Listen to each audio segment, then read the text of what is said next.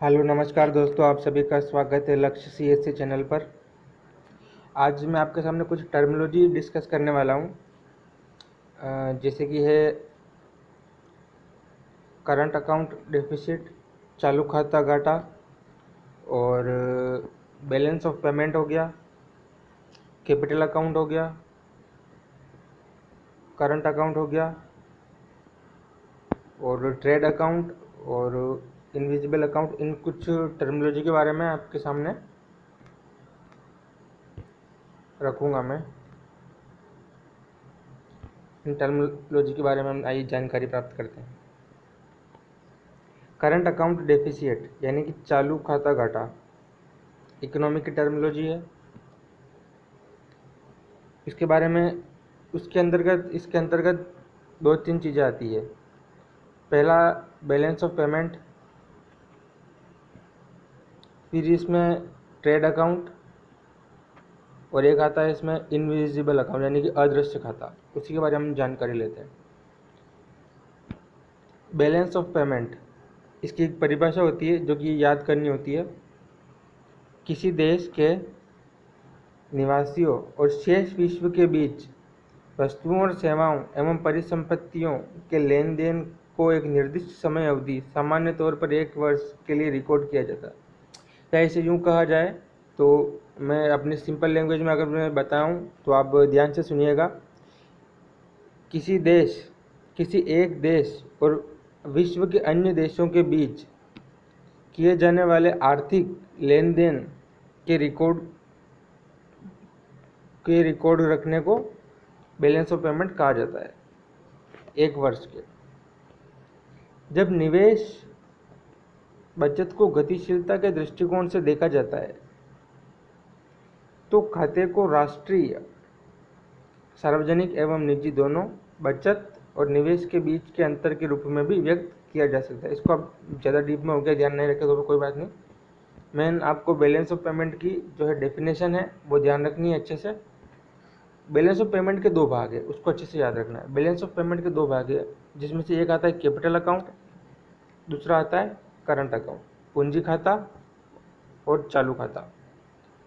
जब पूंजी खाता घाटे में होता है तो उसको करंट अकाउंट डेफिसिट कहते हैं। जो हमारी इसको करंट अकाउंट डेफिसिट कहते हैं। और जब इसको कैपिटल अकाउंट डेफिसिट कहते हैं। और जब चालू खाता घाटे में होता है तो उसको हम करंट अकाउंट डेफिसिट कहते हैं। घाटे का मतलब जो राशि प्राप्त हुई है उससे ज़्यादा हमने खर्चा कर दिया तो उसको घाटा होना कहते हैं। पूंजी खाते के बारे में देखते हैं हम। कैपिटल अकाउंट यानी कि पूंजी खाता, इसमें पूंजी में किए जाने वाले सभी प्रकार के व्यापार शामिल है, अर्थात देश के अंदर एवं बाहर के सभी निवेश यहाँ दर्ज किए जाते हैं। उदाहरण के लिए, यदि कोई भारतीय फर्म अमेरिका में एक नई कंपनी खोलने के लिए निवेश करती है, या यदि कोई भारतीय अमेरिकी एक्सचेंज पर स्टॉक खरीदता है। इसकी एग्जांपल दो, अगर हम वहाँ जाके कोई कंपनी खोलते हैं या फिर जो अमेरिकी एक स्टॉक एक्सचेंज होता है वहाँ पे जाकर अगर कोई स्टॉक खरीदता है तो पूंजी खाते के अंतर्गत आता है।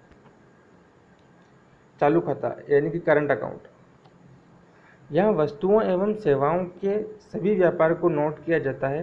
मतलब जितने भी व्यापार होते हैं उसमें सभी वस्तुओं और सेवाओं के व्यापार को नोट किया जाता है। उदाहरण के लिए, यदि कोई भारतीय किसी अमेरिकी कंपनी द्वारा बनाए गए अमेरिकी गैजेट या सॉफ्टवेयर का आयात करता है, या यदि कोई अमेरिकी संस्था भारतीय स्टील का आयात करती है या सॉफ्टवेयर बनाने के लिए किसी भारतीय आईटी कंपनी को संलग्न करती है। बाहर की कोई कंपनी है तो हमारे यहाँ की कंपनी को अगर कोई एसोसिएट करती है तो भी इस अकाउंट में डाला जाता है। सामान्य शब्दों में चालू खाता किसी देश में माल एवं सेवाओं और हस्तांतरण भुगतानों के निर्यात और आयात को रिकॉर्ड करता है। किसको रिकॉर्ड करता है? माल एवं सेवाओं और हस्तांतरण भुगतानों के आयात और निर्यात को रिकॉर्ड करता है। माल और सेवाओं तो आप समझ ही गए होंगे। हम हस्तांतरण भुगतान में वो चीज़ें आती है जो बिना किसी भुगतान के प्राप्त होती है, जैसे कि गिफ्ट हो गया है, जैसे कि गिफ्ट हो गया है, ग्रांट हो गया है, इसको हिंदी में कहते हैं अनुदान, उपहार। ये सब चीज़ें जो होती है आपके ट्रांसफ़र पेमेंट के अंतर्गत यानी कि हस्तांतरण भुगतान के अंतर्गत आती है।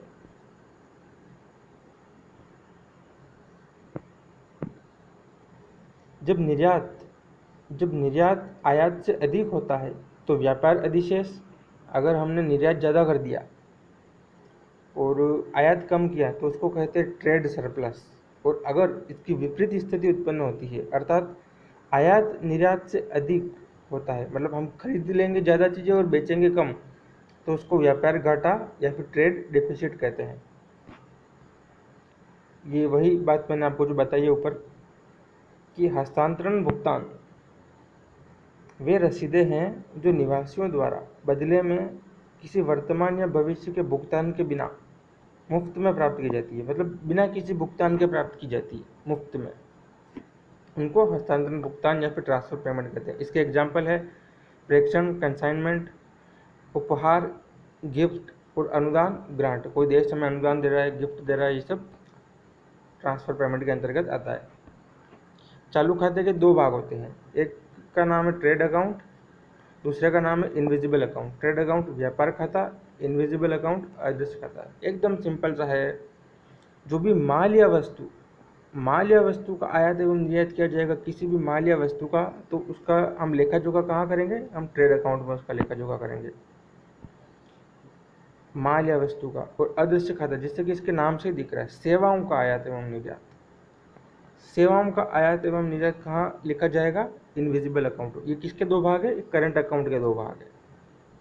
और अभी वर्तमान में भारत इसी खाते के डिफिसिट यानी कि करंट अकाउंट डिफिसिट के दौर से गुजर रहा है। डिफिसिट का मतलब अभी ऊपर आपको बताया, अगर हम चीज़ें खरीदे, आयात अगर निर्यात से अधिक हो जाए तो सरप्लस हो जाएगा। और डिफिसिट हम ज़्यादा चीज़ें अगर आयात अगर अधिक हो जाए निर्यात से तो उसको हम करंट अकाउंट डिफिसिट कह सकते हैं। ठीक है दोस्तों, तो ये कुछ टर्मिनोलॉजी थी जो कि कभी कभी एग्जाम में सीधे सीधे पूछ ली जाती है, तो आप ध्यान रखिएगा इनको, और ये डेफिनेशन मेंस में लिखने के काम आ सकती है। Thank you.